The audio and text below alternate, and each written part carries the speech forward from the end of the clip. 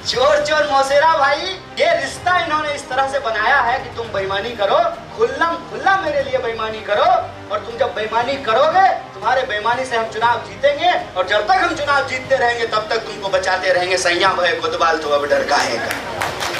और जब चुनाव आयोग के सामने सबूत के साथ नेता प्रतिपक्ष ने कहा कि देश में वोट की चोरी हो रही है, जब उनसे पूछा गया तो कहता है कि हलफनामा दीजिए। हमने कहा कि हलफनामा नेता प्रतिपक्ष दें, उससे पहले हलफनामा चुनाव आयोग दे, क्योंकि वोट की चोरी हम चुनाव आयोग के वोटर लिस्ट से ही निकाले हैं। और हम दावे के साथ कह रहे हैं, दिन दहाड़े खुल्लम खुल्ला कह रहे हैं, और तुमको चुनौती दे करके कह रहे हैं कि तुम वोट चोरी करोगे तो डंके की चोट पे चोर को चोर कहेंगे और तुम वोट चोर हो, यह नारा हम लगा रहे हैं। वोट की चोरी की गई, चोरी से सरकार बनाई गई, और याद रखिएगा जब वोट चोरी से सरकार बनाई जाती है तब पेपर लीक होता है। जब वोट चोरी से सरकार बनती है तो लोगों को रोजगार नहीं मिलता है। जब वोट चोरी से सरकार बनती है तो महंगाई बढ़ती है। जब वोट चोरी से सरकार बनती है तो महिलाओं को सुरक्षा नहीं मिलता है। जब वोट चोरी से सरकार बनती है तो किसान आत्महत्या करते हैं। जब वोट चोरी से सरकार बनते हैं तो पेपर लीक होता है, जवान आत्महत्या करते हैं। जब वोट चोरी से सरकार बनती है